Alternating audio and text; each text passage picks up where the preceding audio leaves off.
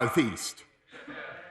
I'm sure members from across the House will want to join me in wishing her a speedy recovery. Mr. Speaker, this morning I had meetings with ministerial colleagues and others in addition to my duties in this House. I shall have further such meetings later today.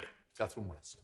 Mr. Speaker, could I associate myself with those kind remarks on behalf of my honourable friend from Bolton? And my constituents are reeling from the 9% contraction of the economy since March of this year. Unemployment has skyrocketed and joblessness in Haringey is the highest in the capital. Unfortunately, we are at the same time facing the idea that there could be a congestion tax forced onto 4 million extra Londoners by this government. These Londoners already facing the double whammy of COVID and the double whammy of financial ruin. Will the Prime Minister please immediately stop the imposition of this dreadful plan? I look forward to his answer. Mr. Speaker, I must respectfully inform the Honourable Lady that the current Mayor of London had effectively bankrupted TfL before coronavirus had even hit and left a massive black hole in its finances, and any need to make up that deficit is entirely down to him. It is entirely his responsibility. Any expansion of the congestion charge or any other measure taken to improve the finances of TfL are entirely the responsibility of the bankrupt current Labour Mayor of London. Butler. Thank you, Mr. Speaker. Mr. Speaker, people of the length and breadth of the country have made many sacrifices over the last few months to try to suppress COVID-19. But infection rates are increasing fast and Buckinghamshire may soon find itself in Tier 2. Can my right honourable friend tell the people of my Aylesbury constituency how long we'd be expected to stay there, what additional help there'd be for local businesses, and crucially, what the route out would be? Thank you. Well, I hope reassure my honourable friend by telling him that the incidence in the Vale of Aylesbury is in fact less than half the England average, and the way forward for the constituents in the Vale of Aylesbury and everywhere else is for everyone to keep following the guidance, observing the new restrictions, but obviously washing hands, wearing a face covering in enclosed spaces and keeping a sensible distance, Mr. Speaker. We come to the Leader of the Opposition, the Right Honourable Keir Starmer. Thank you, Mr. Speaker. Can I thank the Prime Minister for his remarks about the Honourable Member for Bolton South East. Prime Minister, how does an area which goes into Tier 3 restrictions get out of those restrictions? Prime Minister. Mr. Speaker, the simplest and most effective way for areas to get out of those restrictions is, of course, to get the R down to 1 or below. And I'm very pleased to say that some areas are already having a considerable effect with the measures that they're taking. Yes, Dan. Mr. Speaker, can I press the Prime Minister on that answer? If the infection rate R in a Tier 3 area has not come below 1, will it be possible in any circumstances for that area to come out of Tier 3 if the R hasn't come below 1?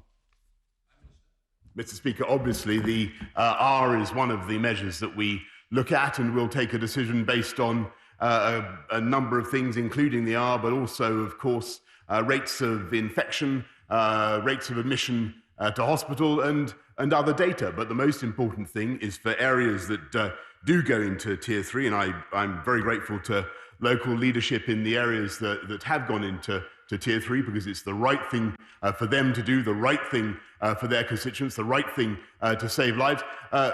When they're able to make progress, and of course, they will come out of Tier 3. And as he knows full well, the measures that are put in place are reviewed every 28 days. Stop. Well, Mr. Speaker, I'm now confused by the Prime Minister's answer. If it's not the R rate under 1, what is it? Because millions of people want to know the answer to that question, because millions of them are in Tier 3 and millions more are likely to go into Tier 3. They really need to know. And Prime Minister, on Friday, the Chief Scientific Officer said Tier 3 on its own certainly isn't enough to get the R rate below 1.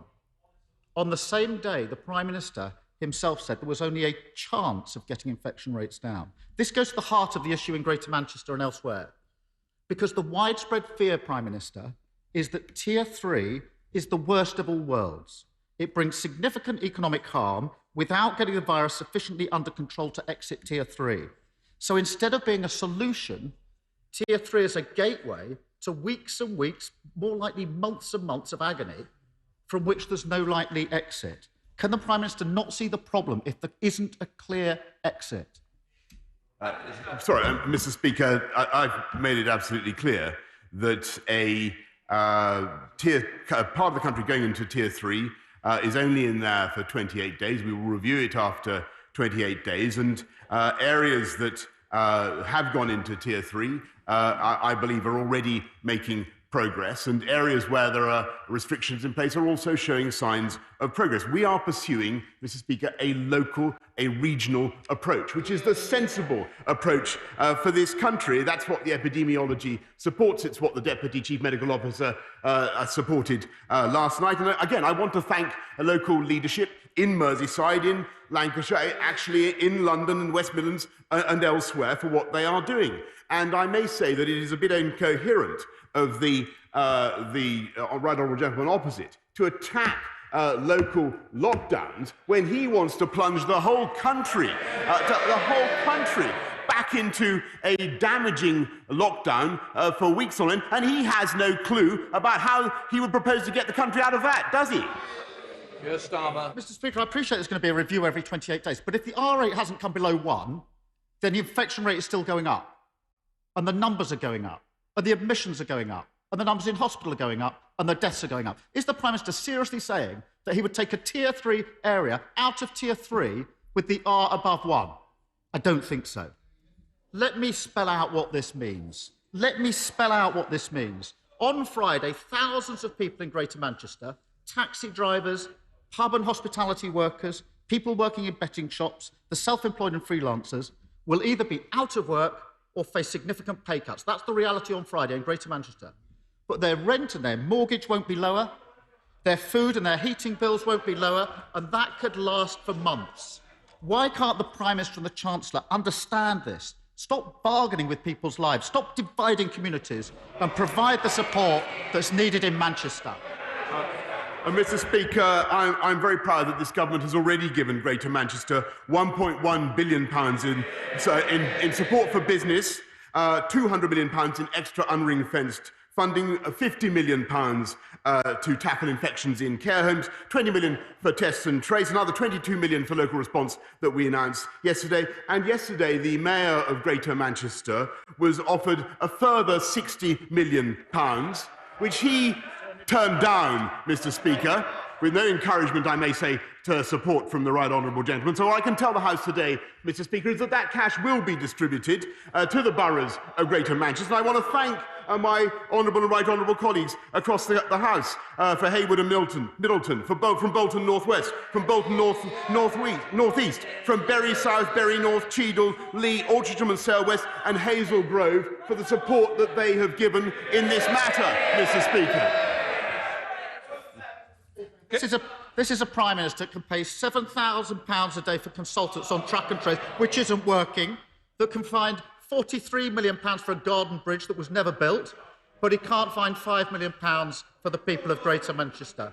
I really think the Prime Minister's crossed a Rubicon here, not just with the miserly way that he's treated Greater Manchester, but the grub it, take it or leave it way these local deals are being done. It's corrosive to public trust, to pit region against region, mayor against mayor, council against council, asking them to trade away their businesses and jobs. We need a one-nation approach. Replace these endless local battles with clear national criteria and proper support for jobs. Labour's motion this afternoon would do that. Why won't the Prime Minister support it? Mr. Speaker, I'm proud of the support that we've given, the one nation Conservative support that we've given to the entire country. £200 billion in support for jobs and livelihoods across the whole of the country already. A further £9.9 billion now for the Job Support Scheme. It is this government that has cut VAT for business, deferred business rates. There is no other country in Europe, Mr. Speaker, where so much support, so much help has been given to the population to get through this crisis, and we will continue to do that. But I think it is the height of absurdity, Mr. Speaker, that he stands up and attacks the economic consequences of the measures that we're obliged to take across some parts of the country when he wants to turn the lights out with a full national lockdown, taking kids... that was his policy last week anyway, wasn't it? Perhaps he could confirm that's still his policy. Is that what he wants to do? Keir Starmer. Mr. Speaker, at his press conference yesterday, the Prime Minister produced heat maps across the country showing the infection rate up in all ages across all regions, and particularly showing regions that have been in the equivalent of Tier 2 restrictions for weeks, if not months, moving into Tier 3. Now, if they're moving into Tier 3, Tier 2 hasn't worked, because if Tier 2 worked, they should be going to Tier 1. So Tier 2 goes to Tier 3. Tier 3 has no end, because there's no prospect or confidence in the R rate coming below 1. And I do not believe that a Tier 3 region will come out of those restrictions unless R is below 1 and whilst numbers are still going up. So we now have a stark choice. And by the way, Prime Minister, Cornwall is the only place, possibly with the Isle of Wight, where the infection rate today is less than Greater Manchester when it went into local restrictions. So this idea that some areas are immune is wrong. So there's a stark choice. Carry on with the Prime Minister's approach, which will lead to weeks and weeks and months of prolonged agony in all your constituencies for millions of people in Tier 2 and 3 with no exit, or put in place a 2 to 3 week time-limited circuit break to break the cycle and bring the virus back under control. Wales, Northern Ireland and Scotland in part have chosen that path. With half-term starting this Friday, this may be the last opportunity for the Prime Minister to put in place an effective circuit break. The Prime Minister was too slow in the first phase of this pandemic. He's being too slow again. We cannot repeat this mistake.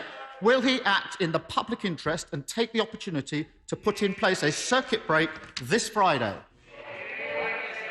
Mr. Speaker, we will do whatever it takes to get this country through the crisis, with or without the support of the right honourable gentleman opposite. And I may say that I think that his policy, I've explained why I don't believe that his policy is the right one for the country, because it would involve closing schools, it would involve shuttering businesses, with all the psychological, the emotional damage that lockdown of that kind brings. He can't say how many circuit breakers he thinks would be necessary. He can't say how long they would go on. He can't say how much damage they would do to the UK economy and to people's mental health, Mr. Speaker. We, on the other hand, want to go on with our commonsensical approach, which is a local and a regional approach, keeping kids in school, keeping our economy moving, because that is the way to get the whole of our country through this crisis together, so that we all, and particularly those regions that are now, alas, under Tier 3 restrictions,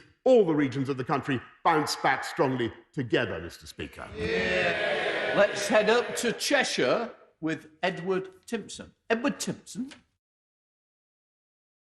Thank you very much, Mr. Speaker. After recent positive progress, COVID has disproportionately and adversely affected participation levels in female sport and physical activity. So to help reverse this, will my right honourable friend lend his support to the development of the first ever Women's and Girls Football National Centre of Excellence in Winsford, in my constituency, a £70 million project that he has previously expressed enthusiasm for, and help build female grassroots sport back better? Well, I thank my honourable friend, and this is a very exciting project. I welcome Cheshire FA's commitment to providing a new world-class facility for women and girls football, and I look forward to the proposed opening of the centre in Winsford. We're now heading to the leader of the SNP, Ian Blackford, audio only. Ian Blackford. Thank you, Mr. Speaker, and my thoughts are very much with the member for Bolton South East. I hope she makes a speedy recovery. Mr. Speaker, next week, just as the pandemic is worsening, the Tory government will scrap the furlough scheme in a move that will cause a wave of mass redundancies across the United Kingdom. Meanwhile, behind closed doors, the Prime Minister is complaining that he can't get by on his £150,000 salary. So can I ask the Prime Minister, if he's finding life such a struggle, How on earth does he expect many workers to get by on just £5.84 an hour when the Tory cuts to furlough sink in? Mr. Speaker, actually, I'm proud of what we've done to support people on low incomes throughout this period, and indeed before. It was this government that raised the living wage by record amounts. We've just increased universal credit by about £1,000 a year, and he makes the point about furlough, Mr. Speaker, and as he knows, combine the universal credit with job support, the job support scheme that we've just announced, and workers will be getting 80% of their existing salary. We will get this country through this crisis, and we will continue to support people of low incomes throughout the period. Turning to Ian Blackford. Ian Blackford. Mr. Speaker, I'm afraid the Prime Minister just simply doesn't get it. Yesterday we saw his total disregard for the people of Greater Manchester, a Tory attitude that people in Scotland are all too familiar with. Millions of families are struggling to get by, and this Tory government wants to cut their incomes in the middle of a pandemic. It is clear that the Prime Minister has made a deliberate decision to let unemployment soar, just like Thatcher did in the 1980s. Time is running out. With 1 week left, will the Prime Minister finally U-turn on his cuts to the furlough scheme and invest in our communities, or will he leave millions of people on the scrap heap? Mr. Speaker, I really must reject what the right honourable gentleman has just said, because it bears no relation to the facts or the reality of what this government is doing to support people across the country. And it's not just the £200 billion investment in jobs and livelihoods. What we also are engaged in, and what we will continue to deliver, is a colossal investment in education, in health, in housing, in infrastructure, that will deliver jobs and growth throughout this United Kingdom for a generation, Mr. Speaker. Andrew Jenkins. Thank you, Mr. Speaker. Firstly, I congratulate the Prime Minister and negotiating team for their strong stance in negotiations with the EU, and ask the Prime Minister whether he agrees with me that the EU's position on fishing and ECJ demonstrate they are not treating as an independent state, they are not acting in good faith to deliver a free trade agreement, and in international law, the UK is therefore entitled to leave the withdrawal agreement and make its own arrangements regarding the UK's own internal market. Well, Mr. Speaker, whatever the effect of the withdrawal agreement, I can certainly assure her that the UK's internal market, which I think everybody on both sides of the House values, is protected and upheld by the UK Internal Market Bill, which is going through another place at the moment, and also, of course, protecting the Good Friday Agreement. Ed Davey. Mr. Speaker, Mikey is severely disabled. He turned 18 last month, so he's one of the first to see his child trust fund mature. But Mikey's disabilities mean he can't manage his own finances, so he can't access these savings. Government rules on child trust fund mean his parents can't either, without paying expensive legal fees. This is Mikey's own money. He wants to use it to buy a specially adapted tricycle. So will the Prime Minister look at proposals that Mikey's father has shown me to end this injustice for disabled young people and let Mikey buy this trike?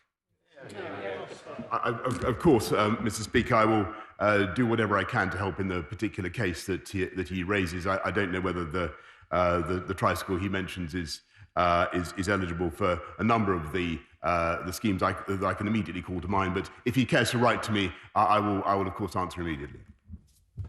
Heading up to Hurrell for Bob Blackman to land this question. Bob Blackman. Thank you, Ground Control. My right honourable friend will be well aware of the negotiations going on between the Department for Transport and the current Mayor of London on a further bailout for Transport for London. The current Mayor is demanding an eye-watering £5.65 billion to keep TfL running for the next 18 months, yet he refuses to accept any economies because of offending his union paymasters. Can my right honourable friend confirm, however, that the government has not required the current Mayor of London to expand the congestion charge to the North and South Circular roads?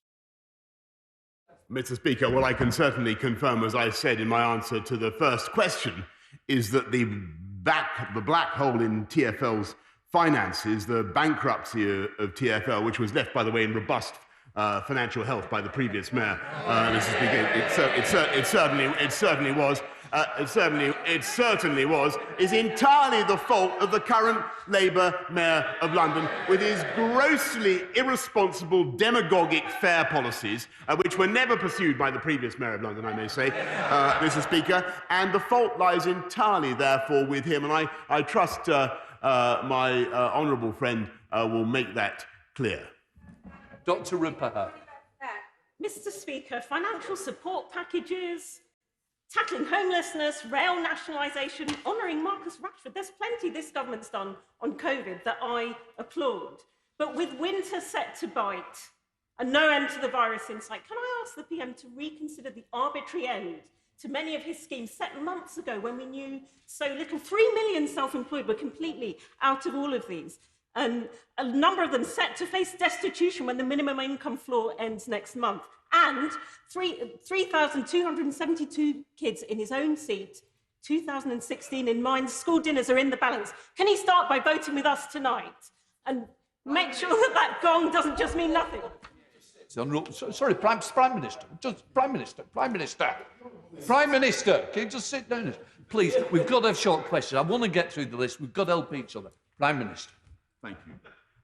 Thank you, Mr. Speaker. And the honourable lady is quite right to call attention to the difficulties facing many families right now because of the crisis that we've been in. But the most important thing, and I think this is, I hope, common ground, actually, is to keep kids in school if we possibly can. That would be vitiated by the series of lockdowns that are being proposed. I don't want to go down that route. And what I want to do is to make sure that we continue to support families throughout the crisis so that they have the cash available to feed their kids as they need to do.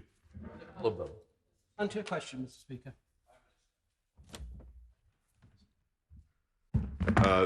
Thank you, Mr. Speaker.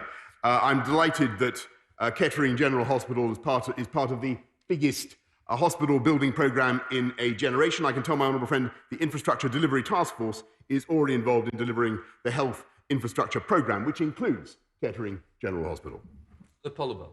Thank the Prime Minister for visiting the night shift at Kettering General Hospital in February and seeing for himself at first hand the wonderful work being done by local medics and staff. The hospital can expedite at speed ambitious plans for its rebuild, but only if the time taken for regulatory clearances at NHS improvement are dramatically shortened. Will the Prime Minister cut NHS red tape so local people can have the improvements we need at our local hospital as quickly as possible? Indeed, Mr. Speaker, and I hope I can reassure him by saying that clinical modelling work is now complete and the site development is now underway, Mr. Speaker, as we speak. Thank you, Mr. Speaker. On the 16th of June, the Prime Minister agreed to provide free school meal vouchers to hungry children over the summer holidays, after claiming that just 24 hours beforehand, he was completely unaware of the campaign that was calling for it. Last week, Liberal Democrat Education Minister for Wales, Kirsty Williams, guaranteed that free school meal provision during school holidays would continue until at least Easter 2021, and yesterday the Scottish Government committed to do the same. So, Mr. Speaker, can the Prime Minister confirm that he is indeed aware of these announcements? And if so, when does he plan to do the right thing? Well, Mr. Speaker, governments of all stripes have supplied free school meals since 1906, and I'm proud that it was this Conservative government that extended universal free school meals to 5-, 6- and 7-year-olds. The party opposite were in power for 30 of the last 100 years and never did anything like that, Mr. Speaker. We support kids of low incomes in school, and we will continue to do so. But the most important thing is to keep them in school and not to go to tear off into another national lockdown, taking them out of school. And we will continue, Mr. Speaker, to use the benefit system and all the systems of income support to support young people, to support children throughout the holidays as well. To South West with Sigurry Street. Sigurry. Thank you, Mr. Speaker. One lesson we've all learned in the past 9 months is that the internet is even more important to our lives than we imagined. So will my right honourable friend confirm today that despite COVID and all the other challenges he's grappling with, that we will deliver on our manifesto commitment to roll out full fibre superfast broadband across the United Kingdom and ensure that we are global leaders in digital connectivity? Thank you. Yes, indeed. I thank my right honourable friend, for everything he does to lobby for that. And I can tell him that our local delivery partner in Devon and Somerset has provided connectivity of the kind he describes to 300,000 premises over the last across those two counties. And indeed, we are going to be a world leader in connectivity, Mr. Speaker, as we build back better. To South London with Janet Davey. Janet Davey. Thank you, Mr. Speaker. Can the Prime Minister confirm that his government is seeking to force the Mayor of London, Sadiq Khan, to remove free travel for under 18s and for holders of the 60-plus travel card in return for further financial support for TfL to keep the tubes and buses running? How can this be right when many people in London, and indeed in my constituency, already have months of genuine hardship ahead of them? Mr. Speaker, it was the Labour Mayor of London who bankrupted TfL's finances, and any changes that he brings in are entirely his responsibility. And I suggest she holds him to account. Thank you, Mr. Speaker. I know the Prime Minister is committed to doubling down on levelling up. Will he join me for a virtual tour of Stoke-on-Trent Central and a round table with key partners focused on delivering for the left behind? Not least to ensure that the Transforming Cities Fund investment will revolutionise public transport in the city. Well, Mr. Speaker, that's an easy commitment for me to make, and I'm delighted to do so. And I can tell her that we're investing nearly £20 million through our city deal in pioneering a new programme of sustainable, low-carbon and low-cost heat energy to Stoke-on-Trent. Thank you, Mr. Speaker. 3 weeks ago, the Prime Minister stood at that dispatch box praising Luton as the only place to have come out of local restrictions. But praise doesn't pay the bills. Luton's proud industries of manufacturing, aviation and events can't get by on sound bites and figures that bear no relation to what's really happening to jobs and businesses. He knows entire industries are at stake. So is it his inaction, indifference or incompetence? Will he support businesses that need it and areas that need it throughout this crisis? Yes, indeed, Mr. Speaker, and I thank the people of Luton for their hard and indeed their heroic work, as I thank people across the country for what they are doing. And I want to support businesses in Luton, and that's why we want to continue with the sensible, balanced, regional, local approach that we are. And I hope she agrees with me that it would make no sense at all for businesses, hard-pressed businesses in Luton, if they had their lights turned off and their doors shuttered in a series of multiple lockdowns of a kind that are recommended by the party opposite. Miller. Thank you, Mr. Speaker. The people of Aberconwy and North Wales are learning to live with COVID-19, but we're frustrated by national Welsh Government policy that seeks to place restrictions on us that are the same in the village of Cwm Penmachno as they are in the capital, Cardiff. Last week, my right honourable friend agreed that a shared responsibility is the way to tackle this pandemic. Does he see that the future of this is a series of rolling national lockdowns, or can businesses and residents hope that they will be given more trust to look after their own health and those they care for? Well, I think my honourable friend really puts the distinction very, very clearly and sharply, and it's the commonsensical, balanced approach that we're following. I do think that where local leaders step up to the plate, and I was delighted that South Yorkshire came on board this morning. I had a great conversation with Dan Jarvis last night. Where local leadership is shown, we can really make huge progress in getting the R down, and that's the right approach for the country. Heading up to Knowsley with Sir George Howard. Sir George. Thank you, Mr. Speaker. And can I return to the subject of free school meals? There are 7,108 children in Knowsley reliant on free school meals, which are vital in ensuring that they are properly fed. Whether to extend to Easter is both a moral and political choice. So will the Prime Minister make the right choice and agree to extend free school meals to Easter? Mr. Speaker, of course we have free school meals throughout term time. That's entirely right. What we want to do is to make sure that we continue to support people on low incomes throughout the crisis, and that's also what we're going to do. We're heading to Essex with Stephen Metcalfe. Stephen Metcalfe. Thank you, Mr. Speaker. As my right honourable friend will know, part of my constituency has now been placed into Tier 2 restrictions. Can he therefore reassure everyone that if they stick to the rules, observe the hands, face and space message, and self-isolate when required, accompanied by suitable enforcement for those who blatantly flout the law, we will come out of these restrictions all the sooner? My honourable friend puts his finger on it, and that's exactly what we need to do.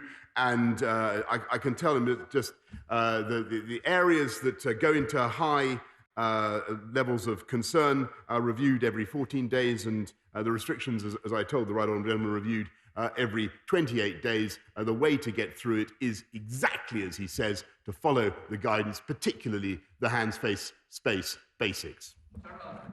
Thank you, Mr. Speaker. The people of Barnes in my constituency have been cut off from public transport routes for some months now by the closure of Hammersmith Bridge.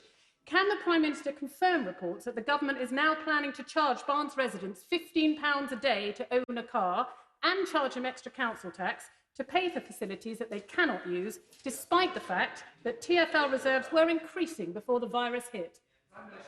Well, Mr. Speaker, I can confirm that Hammersmith Bridge has been closed entirely thanks to the incompetence of the current Labour Mayor of London, and that Sean Bailey, the Conservative candidate, is going to reopen it, and that is the best thing.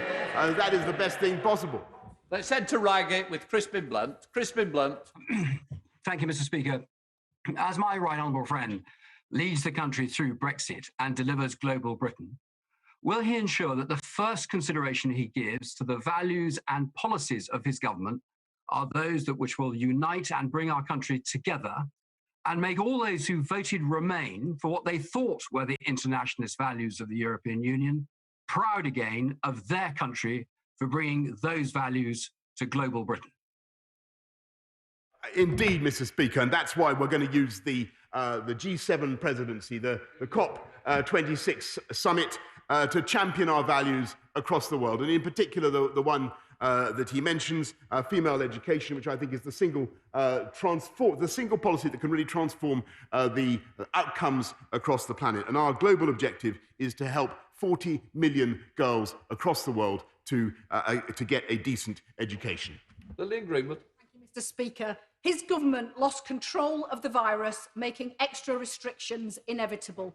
But with no certainty, no communication and no new financial support, he's killing Nottingham businesses. Castle Rock Brewery is a Nottingham success story, but now it's on the verge of breakdown.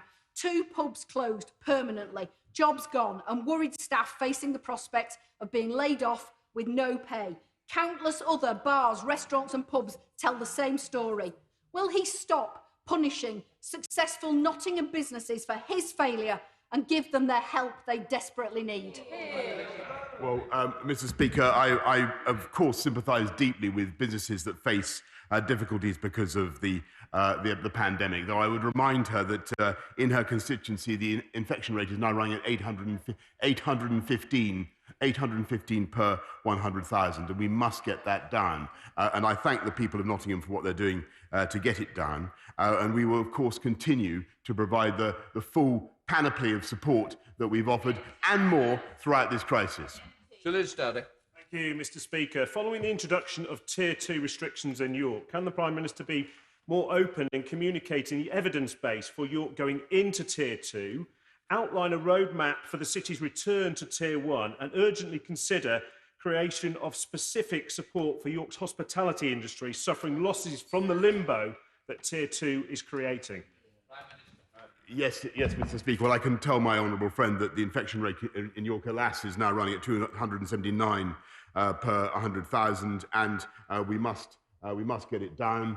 But we can get it down. We can get it down through the package of measures that we've described. And you can see in areas where people are complying with the guidance that it is having an effect. And you can see that it's having an effect, Mr. Speaker, because the R if it weren't for the efforts and the energies of the British people, the R would be running at 3 or more. It's now between 1.2 and 1.5. It won't take much, Mr. Speaker. It won't take much, the compliance in those areas that are hit at the moment, to get that R back down below 1. That's what we're aiming for, and that is the way to get businesses across the country, in the Right Honourable Lady's constituency in Nottingham, in his constituency, back on their feet as fast as possible. It would not be sensible, in my view, to plunge them all back into a sustained series of national lockdowns, particularly in areas where the virus is low.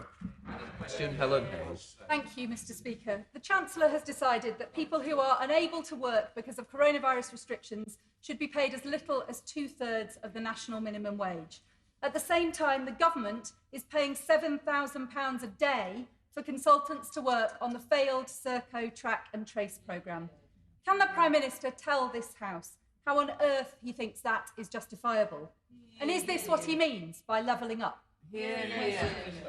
Mr. Speaker, the NHS Track and Trace is now testing more people than any other country in Europe. It's tested, I think, 26 million people so far, or conducted 26 million tests, and I'm also proud on her other point that we've been able to support people across the country in the way that we have. And she is not correct in what she says about the combined impact of the job support scheme and universal credit, because that lifts, they work in tandem, and that lifts people's incomes to 80%, in some cases to more than 90% of their current incomes. And that is the support that we're giving at the moment. But the best thing, Mr. Speaker, is to get our country through this crisis without going back into the social, the psychological and the emotional and the economic disaster. And disaster was the word that the party opposite used only a week or so ago, the disaster of a series of national lockdowns. In order to allow the safe exit of honourable members participating in this item of business and the safe arrival of those participating in the next, I'm suspending the House for 3 minutes. Order.